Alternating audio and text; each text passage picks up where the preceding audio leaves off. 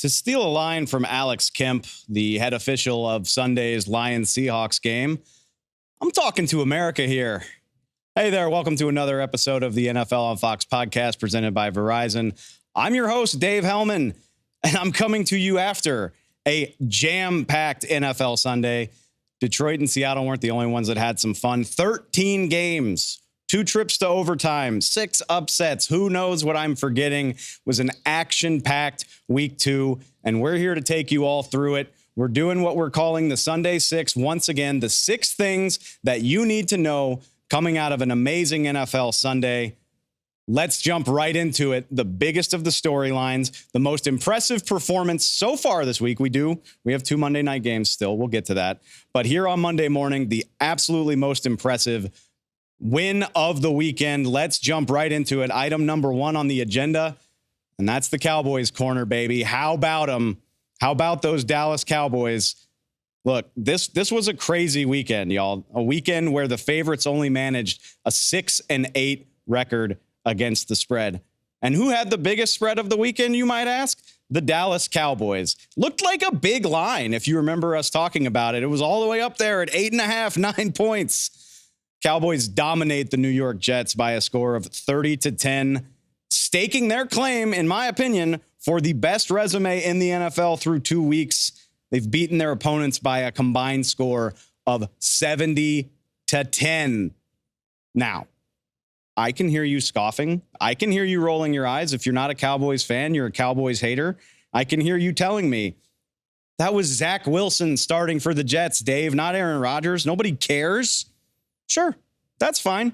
Just keep that same energy from last week when Zach Wilson played well enough to beat the Buffalo Bills, when the feisty New York defense played well enough to fluster the Bills into 16 points and 3 turnovers. Yeah, those guys went down to Dallas and played the Dallas Cowboys, where we saw none of those problems. Sure, the Cowboys kicked a lot of field goals. That's about as big of a critique as you can come up with for this team. But Dak Prescott and his offense piled up 382 yards on the supposed dominant New York defense, 26 first downs on the day. Dak was dotting his receivers up on third downs. He converted, count them, 5 different 3rd and longs against Sauce Gardner in this New York defense. They were 9 of 18 on 3rd down on the day. And some of their failed conversions were way after this thing was out of hand. Dallas put this thing away early in the 3rd quarter. Yeah, maybe it is less impressive because Zach Wilson was the quarterback, but they sacked him 3 times. They forced 4 turnovers, and yes, they allowed 10 points. The Cowboys allowed 10 points, and it looks bad by comparison because their other game against the New York Giants was a shutout. They didn't allow any points after halftime in this game. Micah Parsons, maybe you've heard of him, right at the center of it, putting a Defensive Player of the Year resume together already, wrecked this game plan for the New York Jets, stopped them in the run game, terrorized their offensive tackles. Through 2 games, he's at 6 sacks, 6 quarterback hits. He had a forced fumble and recovered it against the Jets on Sunday. Honestly, should have been a touchdown. Yeah, he got touched, but it would have been cool. Let Micah score, refs. Get out of here. They asked Micah when he thought he could take over this game afterward, and he said, on Monday. This game was over before the teams got off the bus. The Cowboys' point differential is plus 60. That's double the next best team in the league. They are doubling up the San Francisco 49ers, who are also off to a hot start. Like I said, it's early. This is easily the most impressive resume to date.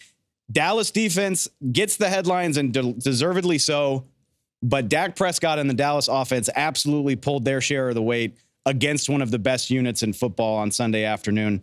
And my guess, if you're tired of hearing about it, I would get used to it. The Cowboys' next 2 opponents are a combined 0-4. The Arizona Cardinals and the New England Patriots both losing on Sunday to drop to 0-2. Not to write anybody off ahead of time, but it's sure looking like Dallas is going to have a nice record, setting up a huge Week 5 showdown with the San Francisco 49ers. Absolutely cannot wait. Speaking of the San Francisco 49ers, item number 2 on the agenda. We had a really fun day in the NFC West. Let's get into it. a surprisingly really fun day across this entire division. But the headline is obviously the big cross-conference showdown in Detroit on Sunday afternoon. Seattle ekes out an overtime win against the Detroit Lions, 37-31. I had a chance to catch up with Kevin Burkhardt and Greg Olsen right after a wacky one. Check out our conversation. Joined now by Kevin Burkhardt and Greg Olsen after a thriller in Detroit. Guys, for starters, can we just petition the league to make Seattle and Detroit play every single season? Because it seems like it happens this way every single time. Yeah, it's pretty good. I mean, it's only a shame. We were just talking, Dave, that you don't get to see Detroit have the ball at the end. I mean, we kind of had that feel, whoever had the ball last. And, I know Detroit would have loved to have it, but for Seattle, after looking, quite frankly, terrible in the second half last week, and at the end looked like they were going to give it away, that was an impressive kind of resilient win for them. Yeah, and you got to feel good for Geno Smith. The way regulation ended was kind of a wonky play there, taking that big loss on the sack to give the short field to Detroit to kick the field goal. But I'll tell you, both offenses all day. I mean, there were some turnovers. That really ended up being the difference in the game. It's Detroit turning the ball over 3 times, one a pick six, one to fumble on the first play of the second half.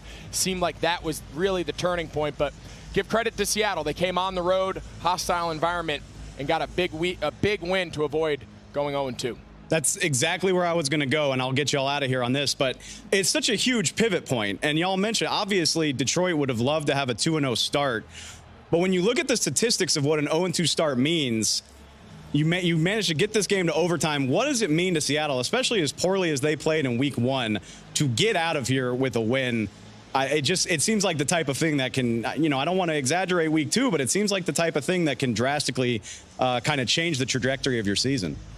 Well, I just think it means something that their offense came to life because, their offense was a downfield attack offense. They played this game without both of their starting tackles. So I think you saw that like, oh, that's the Seattle team from last year, right? Absolutely. And when Tyler Lockett, it seemed like every time Geno Smith needed a critical play, 3rd down, 4th down, they're in the red zone on a critical 3rd down to end up being the walk-off touchdown. It was really Tyler Lockett that was on his, that was his big target. And Tyler Lockett's been doing that for a long time. And, just, again, you have to feel good for Seattle and this offense to come out and answer the bell after a really bad week 1 performance, especially in the second half. I feel like I need a towel to wipe the sweat off my head. Dave, that was fun. Hope you enjoyed it. Look, I have anxiety, and I'm not even there. So, yes, y'all, hey, Seattle wins a thriller in overtime, 37-31 over Detroit. Thank y'all so much for the time. Safe travels, okay? See you soon. Thanks so much. Thanks again to KB and Greg for the time. I thought Greg Olsen made a hell of a point for a game such as this. I mean, you'd like to see both teams touch the ball in an offensive shootout like this. Detroit finishes with 418 yards and 31 points. They don't get an opportunity to possess the football in overtime as Seattle drives right down the field and Tyler Lockett walks it off.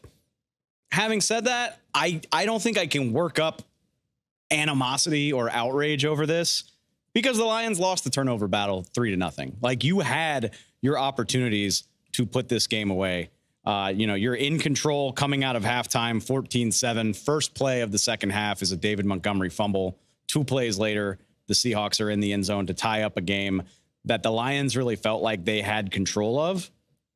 And it happens throughout the second half. Jared Goff, man, we were tweeting and talking a little bit too much about that no interception streak. It ends at Ford Field on Sunday. 383 attempts without an interception. He is pick-sixed by Trey Brown. So again, 7 of Seattle's points come off of a Lions turnover. And so I look at it and I say, yeah, the Lions had absolutely every opportunity to win this game in regulation. I think that's why you look at Seattle and say, way to go digging out of this hole, guys. Way to go coming back from a halftime deficit. Again, they lose by 17 points in week 1. You don't want to fall into an 0-2 hole, not with a very impressive San Francisco 49ers team in your division. They don't let that happen. Geno Smith looking more like the guy we remember from 2022, 328 yards and 2 touchdowns, a very healthy 8 yards per attempt.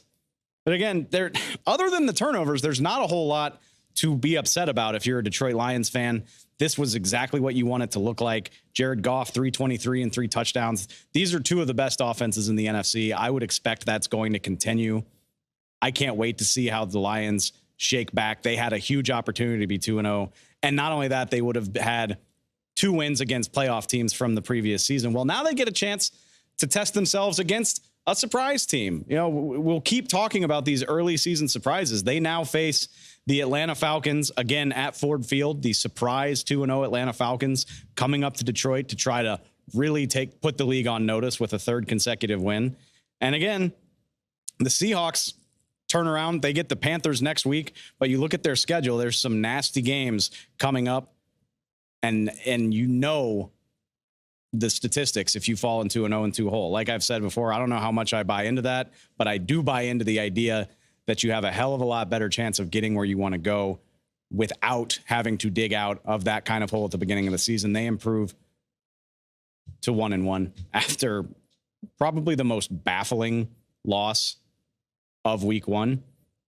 And I think, you know, this is the exact type of thing that the NFL is famous for. You know, a lot of people picking the Lions before this game. It was an awfully big line for a matchup between playoff contenders. I think it was closed at 5.5 in favor of the Lions. Seattle banged up on the offensive line. Does not matter.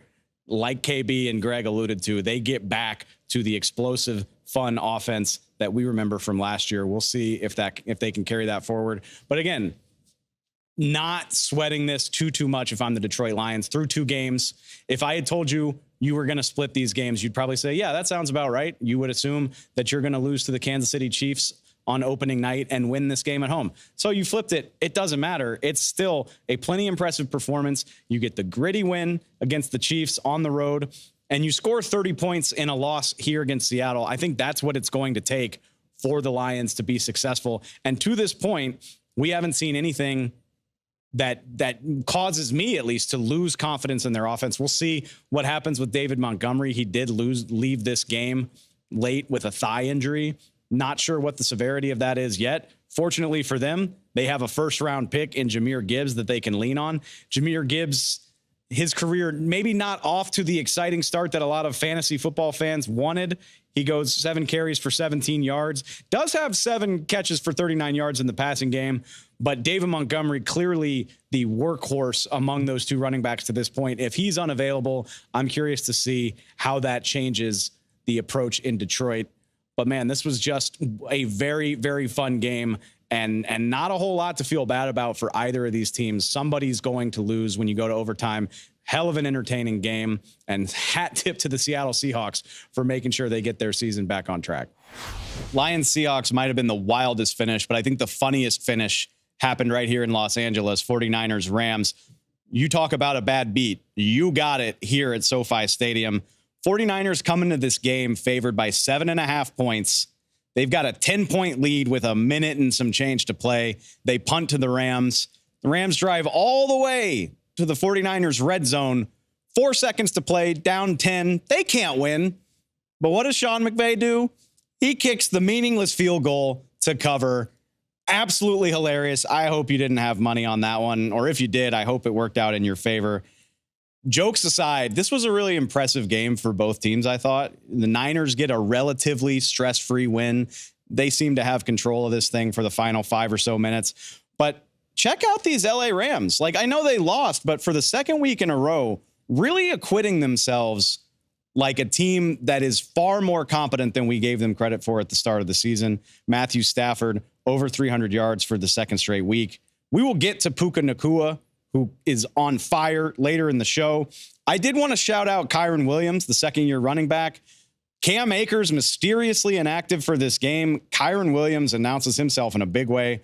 100 all-purpose yards and 2 touchdowns. And don't worry, 49ers. There's only a couple teams in the league that have scored more points than you. This offense absolutely rolling with Brock Purdy back from injury. Had a chance to talk about it with the guys that called the game, Kevin Kugler and Mark Sanchez. Check it out. All right, guys, appreciate the time. I heard you reference this at the end of the broadcast. It felt like a bit of a ho-hum day for the 49ers offense. And then you look up at the end of this thing and it's 362 yards and 30 points. From what you can see, I mean, with Deebo Samuel getting involved this week, how do you put a game plan together to stop these guys?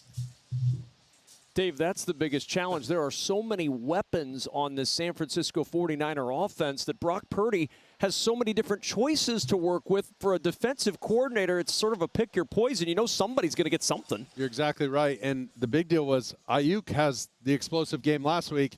He gets dinged up in this game, and these guys don't even flinch. Who's it going to be next week? Is it Kittle? Is it McCaffrey again? Is it Debo? Juwan Jennings is going to have one of those games. I mean, Brock Purdy knows where his receivers are, how this whole thing fits together, and you can tell Shanahan's calling this game through the quarterback, not for the quarterback. It's fun to watch. On the flip side, you guys had the call of Rams Seahawks last week. Am I crazy if I'm just as impressed by the Rams' performance in this loss as I was in their win last week? I don't think you're crazy at all, Dave. We were talking about it off air during one of the breaks. This Rams team is better than I think a lot of people expected based on that 5-12 season a year ago. I couldn't agree more. I think two crucial plays today, and they were both interceptions. Both the receivers could have helped the quarterback, in my opinion. But if you're 2 plays away from beating one of the best teams in football and easily the best potential roster in football, there's something to take home from this, and this is going to be a tough film to watch because they want to take these conference games and especially these division games over and win them. But there's plenty of meat on the bone, and oh, by the way, Cooper Kupp, hopefully he's coming back soon. Maybe the NFC West shaping up to be a lot more fun than a lot of us thought before the season. Kevin Kugler, Mark Sanchez, appreciate the time, y'all. Dave, thanks so much. Thank you. Even the last place team in this division had a really interesting day. That's how you know it was fun. Arizona Cardinals jump all over the New York Giants. Had a 20-0 lead at halftime. Built it as high as 28-7.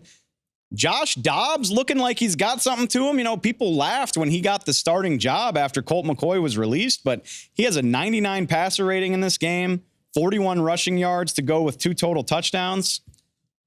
And for the record, they blew that lead. The Giants come back to win. We'll get into the Giants side of that later.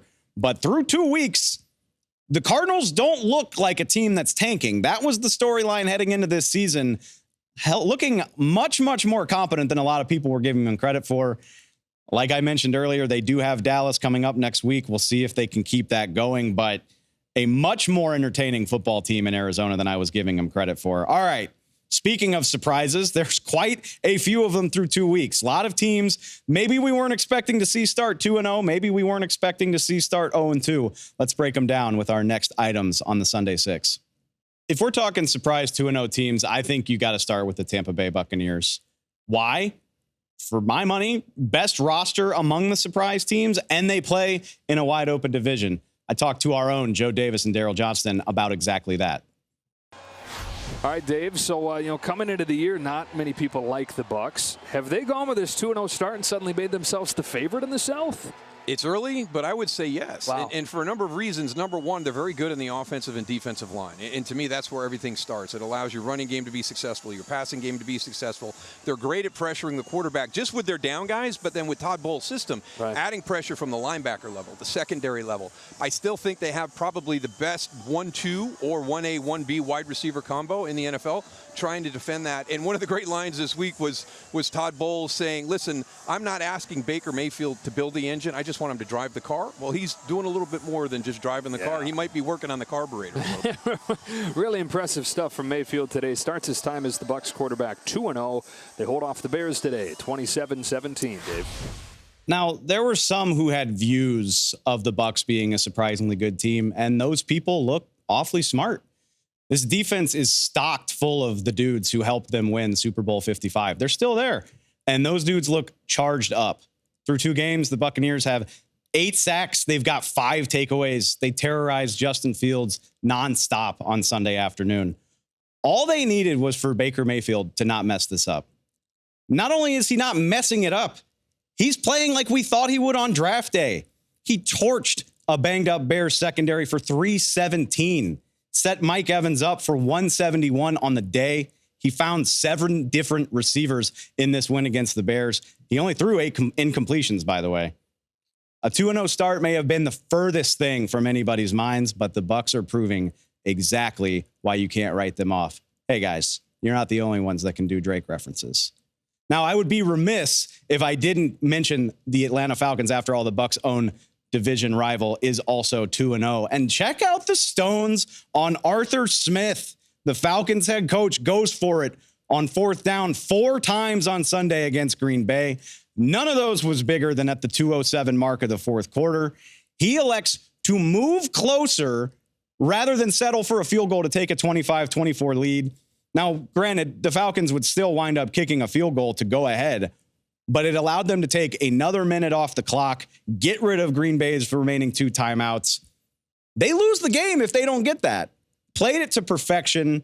Scared money don't make money. Absolutely love it from Arthur Smith. This is more of the vision, I think, of what Arthur Smith had in mind for the Falcons than week 1. Week 1, a stop-start game, not exactly a very pretty affair, but this was impressive. They carried the ball 45 times for 211 yards against a Green Bay defense that looked swarming in week 1. That is going to be the engine of this offense. That threat of Bijan Robinson and Tyler Algier running the ball is going to make life easier on Desmond Ridder, throwing into favorable coverage. And oh, by the way, all of his options have 12-foot wingspans, looking like sequoia trees out there. It played to perfection in this game. Drake London, after a forgettable season opener, gets involved. He's got 67 and a tutty. Mac Hollins would have had a touchdown of his own if he just maybe do a few more calf raises in the gym next time, Mac Hollins, and you will come down with a touchdown of your own. If the run game is working the way the Falcons want it to, they are going to be a headache for everybody they play, and that's why they're 2-0. Okay, you could have seen most of that coming. Falcons and Bucs, proud of you though we are. How about the Washington Commanders? And hello to Sam Howell. It's one thing to stay out of the way in week 1 against Arizona, which is basically what he did. Week 2 brought something completely different. Now, let me not get too far ahead of myself. The Washington pass rush continues, in my opinion, to be the best thing the Commanders do. They sacked Russell Wilson 7 times on Sunday. They forced him into 2 turnovers.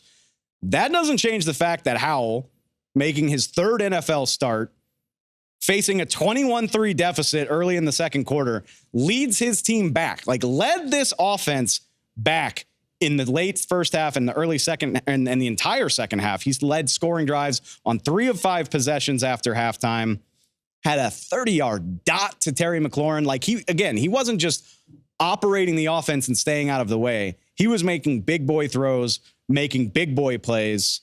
Of course, similarly hilarious to the finish between the Niners and the Rams. This is an absolutely wacky finish. The Commanders complete the comeback. They actually take a big-time lead, only to give it away on the most ridiculous Hail Mary you'll ever see. If you missed it on Sunday, please go check out the replay. It looked like a volleyball match the way guys were bopping it into the air. They survived, though. Can you imagine being Ron Rivera? You know this whole season is an interview for your job. You know you got to win. And the difference between 2-0 and 1-1 is the 2-point conversion on a Hail Mary that never should have been completed in the first place. But guess what? They get the breakup. Maybe should have been a flag, but hey, it didn't get thrown. And the Commanders, one of the most unlooked for, impressive 2-0 starts to the season you'll ever see. And while we need to mention Montez Sweat, Chase Young, and all the rest of those pass rushers, it starts with Sam Howell, because you don't overcome 18-point deficits without good quarterback play. Good on ya, young fella. Now, of course, if there's good surprises, there's bound to be bad ones as well. So let's keep it pushing with a handful of very troubling, very surprising 0-2 starts. If we're talking disappointing starts, where else could we go besides the Los Angeles Chargers, who at this point defy explanation? My job is to help you make sense of it all, and I don't know how with this team. Week 1, they run for 234 yards. They win the turnover battle 2-0, and they lose to Miami. This week, they go to overtime with a Tennessee Titans team that looked absolutely toothless in week 1. Titans struggled putting together first downs against the Saints in week 1. Ryan Tannehill throws 3 interceptions. Week 2, 341 yards, 27 points against an absolutely loaded Chargers defense, or loaded on paper anyway. At this point, I don't think we can say that anymore. It's no surprise that Brandon Staley was testy with reporters after this game, asking if that devastating playoff choke job against the Jaguars is lingering in their minds. Now, he insists that it's not, but please, somebody help me pinpoint a reason why a team with this much talent, who actually has played pretty damn well through 2 weeks, is 0-2. The Chargers are averaging 29 points a game. Justin Herbert looks like incredibly deserving of the massive contract he got. It's not like he's struggling to find his rhythm or struggling to find his receivers. The offense is clicking. The defense has however many $100 million in contracts on it. And this team is 0-2. And I mean, Dolphins game, fine. Somebody's got to lose that game. But don't sit here and tell me, all due respect to the Tennessee Titans, that this was a loss to a team that's going somewhere meaningful later in the season. If that turns out to be the case, I'll email the Tennessee Titans a personal apology letter. It's mind-boggling. It's incredibly disappointing. And even in week 2, it makes you wonder where this is going for the Chargers, who now have to dig out of an 0-2 hole, and where this is going for Brandon Staley, who, if the wins don't start coming, some very uncomfortable conversations are going to begin. Spoiler alert, they've already started. Yes, I know, it's only September 18th. Moving on, we're sticking in the AFC. We're sticking to a team that's arguably more disappointing, but we know exactly why, and that's the Cincinnati Bengals. There's no mystery here. The Cincinnati Bengals offense is in crisis. And if you want to say it's because of Joe Burrow's calf injury, I would say that you're probably right. It's clearly affecting him. He didn't have a training camp. He seemed to aggravate it late in this 27-24 loss to the Baltimore Ravens. But when you sign a $275 million contract, people don't want to hear it, man. It just is what it is. The Bengals are one of the most explosive, entertaining offenses in the NFL, or at least they have been. It has not been the case in the early going of this season. The Bengals offense in 2 games has accumulated 424 yards. 4 different teams did better than that on Sunday alone. Speaks to the problems. Like I said, they're easy to pinpoint. Lou Anarumo and the Bengals defense, nothing to hang your head about. They've played well enough to win in both of these games, losses to Cleveland and Baltimore. Oh, by the way, you're not just 0-2. You're 0-2 in the division. It ain't the defense. We know exactly what it is. Unfortunately, I don't know how quickly Joe Burrow can get his calf right if he's playing every 6 days, but they got to figure something out because, yes, the Bengals dug out of an 0-2 hole last year, but that was with a healthy Burrow. Like, you can maneuver the problems with the offensive line and find ways to manipulate your game plan with a healthy quarterback. If he's not healthy, it ain't going to work. And like I said, when you're worth $275 million, nobody wants to hear it. Bengals, figure it out. Moving on. New face in Denver, very similar results. The Denver Broncos are 0-2. And while I don't think anybody had, or at least not very many people, I shouldn't say anybody, not a ton of people had lofty expectations for the Denver Broncos, considering that they share a division with the Kansas City Chiefs. But when you hire Sean Payton, the Super Bowl winner, one of the best resumes in the NFL today, I think you would have expected them to beat the Raiders or the Commanders, or potentially both. Like, it wouldn't be shocking if the Broncos were on the flip side of this thing as one of our surprise 2-0 teams, and instead they drop 2 very easy looking games, both of them at home. Yes, they are playing more competent football. Like, the crowd's not helping them with the play clock, which I guess is a step in the right direction, but the results aren't any better. I mentioned it earlier. Despite some pretty massive investments on the offensive line, allowing 7 sacks is going to get you beat at virtually any level of football. Russell Wilson, terrorized by that Commanders front. Didn't stop him from building a 21-3 lead, but it all falls apart after that. Again, I didn't have the Broncos going to the playoffs, but both of these were winnable games. You feel fine at 1-1. It's got to make Sean Payton sick to think that this team could be 2-0 with even slightly better play. Wrapping this up with a team that didn't play Sunday, but we're still just a few days removed from the Vikings' 34-28 loss in Philadelphia, an equally disappointing start to the season. I'll keep it short and sweet. Minnesota Vikings, 11-0 in 1-score games last season, 0-2 so far in 2023. The margin of error really is that slim. If the Vikings were even middling at ball security, they would have a shot at 2-0. 7 turnovers in 2 games that were decided by 3 and 6 points. They lose 20-17 to Tampa Bay. They lose 34-28 to Philly. If they were even average at holding onto the ball, they could be looking at 2-0 in a wide open division. But It's not all storm clouds. Don't worry. Like I just alluded to, Vikings, everybody in the NFC North lost in week 2. Even with that donut for a win column, you have as good a shot as anybody in a division that truly does seem to be wide open. Broncos, like I said, again, your division mates, the Chargers, also 0-2, playing a lot cleaner football than you were last year. I think there's reason for optimism with Sean Payton coaching that team. You can climb out of it, or at the very least start trading some wins with those losses. Bengals, maybe the most troubling performances of these 2 weeks so far. But again, you've got the guys. I don't think Joe Burrow lost it, nor do I think Jamar Chase and T. Higgins are going to be down for long. They dug out of the 0-2 hole just last year. If I'm a Bengals fan, I'm thinking about the sweat equity from the last 2 seasons and not losing too much sleep about it. Similar thing goes for the Chargers. I think there are some demons to conquer there in LA, but the talent on this team, and I mentioned it earlier, forget what people say. Look at the way Justin Herbert has played these first 2 weeks and take some confidence knowing you have a guy that can keep you in every single football game. So it's week 2. We see this every year. The stories are not written in September. Disappointing, but maybe just for now. We'll see how it goes. Moving right along, we continue the Sunday 6. The Rookie Watch was popular last week. We're going to keep it going. We got 5 standouts, not to mention a very, very cool honorable mention. There's only one place we can start a rookie list, and it's not anybody's top 10 draft pick or a household name. Well, he wasn't anyway. He certainly is now because, guys, Puka Nacua is no longer a feel-good story. Yeah, it was cute last week. He catches 10 balls for 119, and oh my God, who is this guy? He's Puka Nacua. That's who he is. The 5th-round pick out of BYU.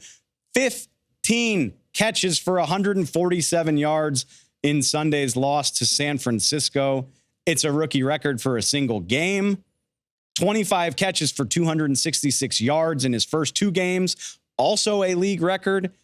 And again, this is not a guy that was drafted in the top 10. This is not a guy that anybody other than a diehard Rams fan and Peter Schrager knew up until about a month ago. Absolutely incredible. Did I mention he did it against San Francisco? You know, Fred Warner, Nick Bosa, ring a bell.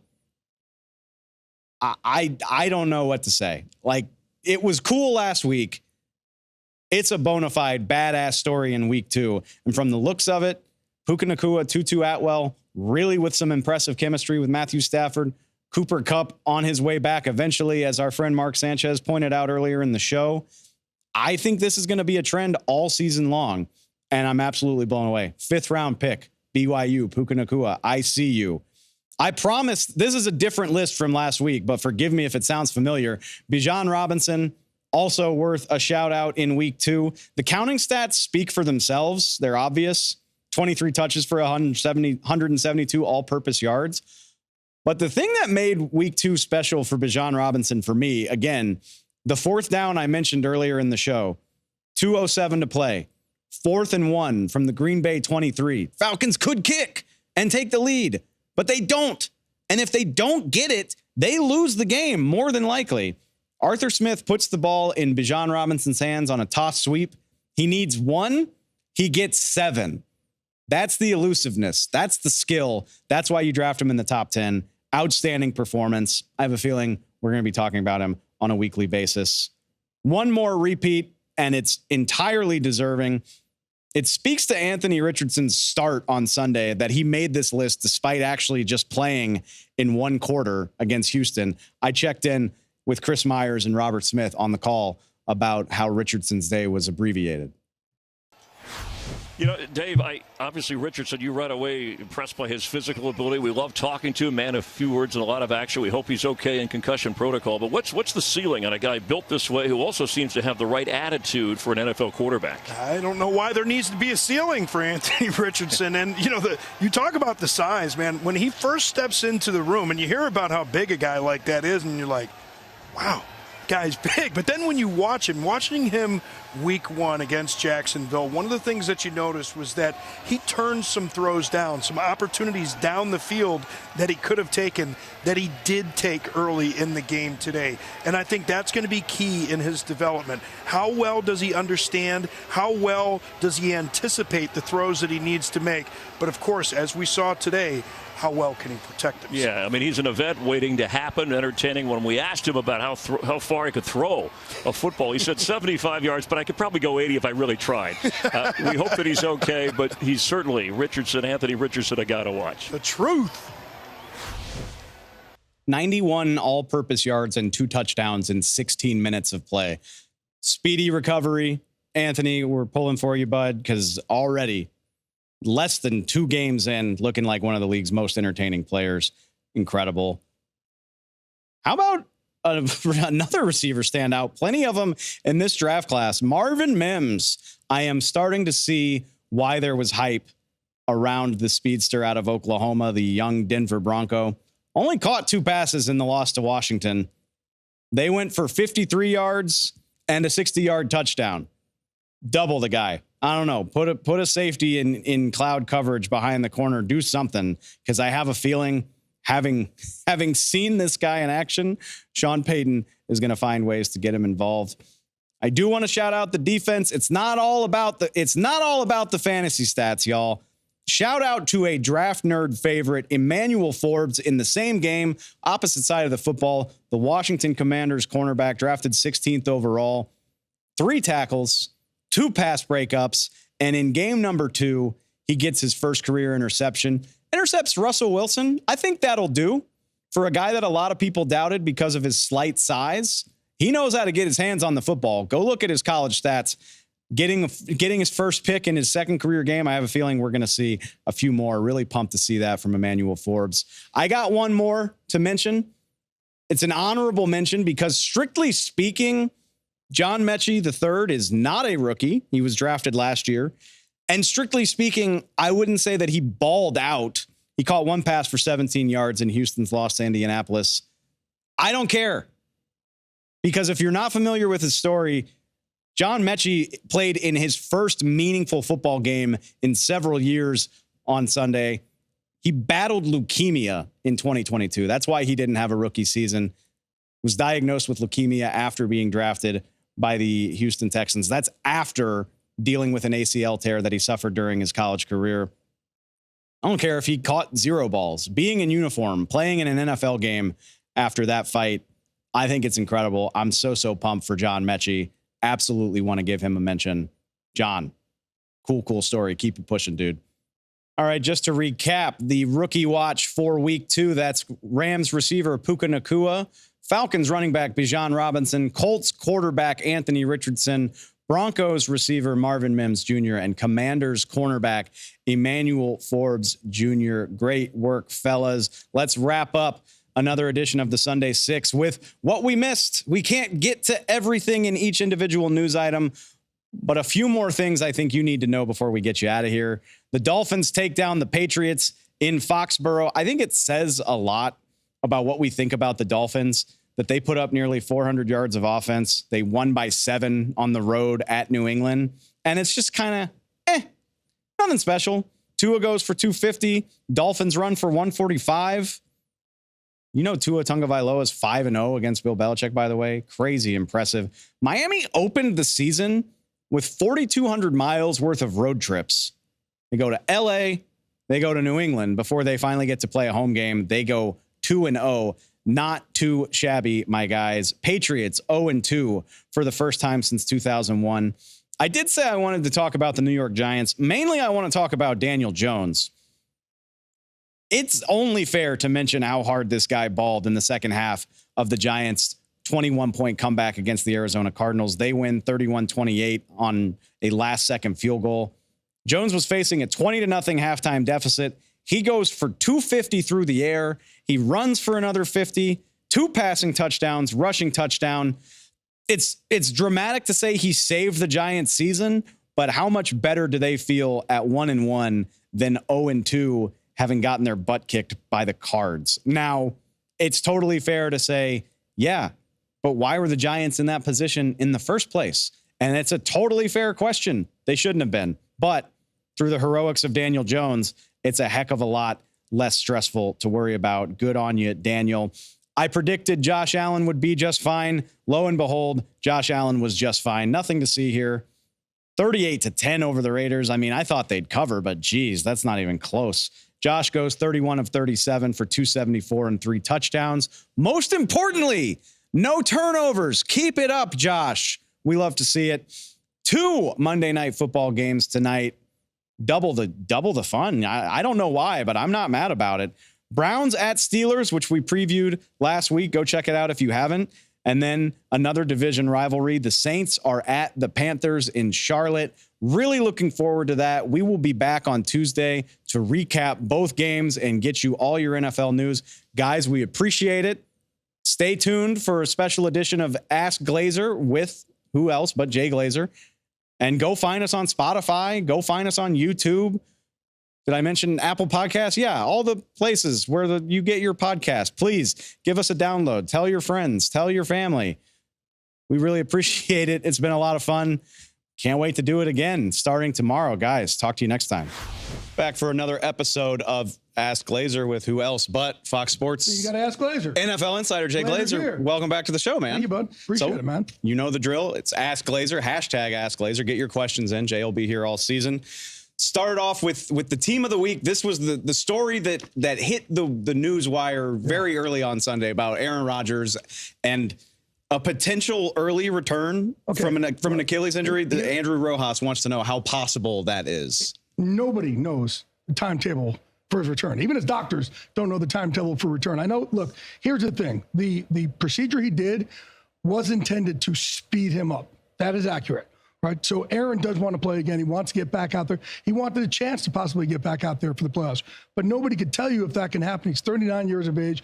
You don't know how rehab's going to go. You don't know if there's any setbacks. So it's impossible. I know fans want an answer now, right. But it's impossible to tell you what an actual timetable will be until you see him go through his rehab and see how the Achilles and the ankle responds. It is way more fun to think that he could pull it off, though, right? Until it's ruled out, I'm going to choose to believe. I see what he's done. I don't know what he can't do. Good point. Right? Okay, so on the flip side of that, and there's a lot to learn about this topic, but Zach Wilson is the man of the hour in New York now. And I understand the Jets rallying behind him, but I think Rhea has a good question is, how far do you think this belief in Zach Wilson goes? How long do you think the leash is in New York for Zach Wilson this year? At least going into this game against the Dallas Cowboys, they're like, hey, we're going to believe in Zach. Here's the thing. Zach lost all confidence in himself last year. And that's why he was benched. That's why he was almost traded out of town or moved. And then when Aaron Rodgers came in, took him under his wing, he got all his confidence back. So they just saw a different Zach Wilson. Even in practice this week, they just saw a completely different Zach Wilson. They're hoping he's going to be different. And they don't need him to be the Zach Wilson. When you take a guy second overall, you expect him to be that, lead that team. And he's going to put you on his back. They have a great running game, great defense. They just need him not to really mess it up for everybody there. And as long as he doesn't make mistakes and have turnovers, he could be efficient enough for them because of the rest of the supporting cast. So, look, right now, going into that game, they put their chips on the table on Zach Wilson, but he's got to show them to have confidence in him on a consistent basis. On the flip side of that Dallas-New York matchup, love this question from Brandon Laurie. The Cowboys side of things, Dan Quinn. Yep. One of the best coordinators in the league, a hot name in head coaching circles for 2 years now, and the Cowboys have managed to keep him around twice. If this season goes where it looks like it's going to go for the Dallas defense, do you see that changing this year and him becoming a head coach in the next cycle? Yeah, I see Dan Quinn becoming a head coach after this season, absolutely. And, here's what happened. Originally, Denver wanted to hire him. Before they hired Nathaniel Hackett, they wanted to hire Dan Quinn. The problem was they interviewed him like the day after the Cowboys lost in the playoffs. So he just went in there in the tank. And when you go in the tank, like one thing that's so great about Dan Quinn is how authentically positive he is. Absolutely. Right? Constantly just optimistic, positive. When you go in there day after a playoff loss, you're not coming in with any positivity or any joy or any optimism. So, they end up moving off of Dan Quinn because of that and going, obviously, to where we are right now. We went with Nathaniel Hackett, then Sean Payton after that. But, yeah, Dan Quinn will be a head coach next year. I completely agree with you. Moving on. Interesting situation in Chicago that Jeremy Bimbow wants to know about. Chase Claypool last week drew the ire of pretty much everybody with what he put on tape. Rightfully so. Yeah. So what is the situation with Claypool and where do they go moving forward from here? Well, he admitted it. He actually went and apologized to the GM, head coach, players. Like, he apologized that wasn't the right effort, and he needed to put that effort out there. They did tell him, though, if we see it again, you're done. Like, we're out. We're not going to go for this anymore. It's not the culture we want here. And, I would say he's, kind of on a tight leash there. If he shows that kind of effort again, they'll definitely deactivate him and possibly see if they could ship him out of there. But it's up to him. Look, he's a man. He is in charge of what he decides to put out there and the effort out there on the field. If he shows that kind of effort, because he has the talent, then, he's a guy that they expected to be a weapon. They traded the 33rd pick of the draft for him. Right. So they expected him to be that weapon. So they know he has that talent. I'm curious, based on what we've seen, I would be curious what the trade market would be, and if it came to that, I wonder if they would outright release him if it came to that. Still a little early for that, though. Let's just see what happens over the next coming weeks. I love people that are thinking ahead. This is a thinking ahead question from Jonathan Russell, maybe something you'll be reporting about in the spring. If you stayed up late enough to see Shedeur Sanders and Colorado beat Colorado State. I stay up late, so I didn't know the question you were asking me. But I mean, stay up late making a billion calls. So I can believe sleep that. Much. You can hear my voice later on here on Sunday. I'm guessing much Saturdays. I'm guessing you're going to be making calls about Shedeur Sanders in the spring. I mean, he looks like a Heisman Trophy candidate, 4 touchdowns against Colorado State. What do you think of his draft stock? I know it's early, but is this a guy that we could be talking about as a first-round pick? Oh, a top 5 pick. Oh, yeah. Top 5. Absolutely. Yeah, without a doubt. Yeah. I mean, it's a fun year for quarterbacks. It really is. But, right now, Caleb Williams over in USC is probably up there at number 1. But, you never know how these quarterbacks end up dropping. But right now, I think he's consensus. But, no, Shedeur is he'll be a top 5 pick. And, look, he has the work ethic. He has the smarts. He has all the intangibles. He's just going to get better. He's going to grow. His dad's not going to let him regress in any way. Sure. Right. So, I think he'll end up being a top 5 pick. If you throw in Drake May at North Carolina, I mean, that's 3 really 3 right there in the top 5. Really fun prospects for the top 5. That's months from now, but I appreciate the thought. We got plenty more season to get to. Jay's going to help us do it every week. Jay Glazer, thank you so much, my friend. Appreciate it, man.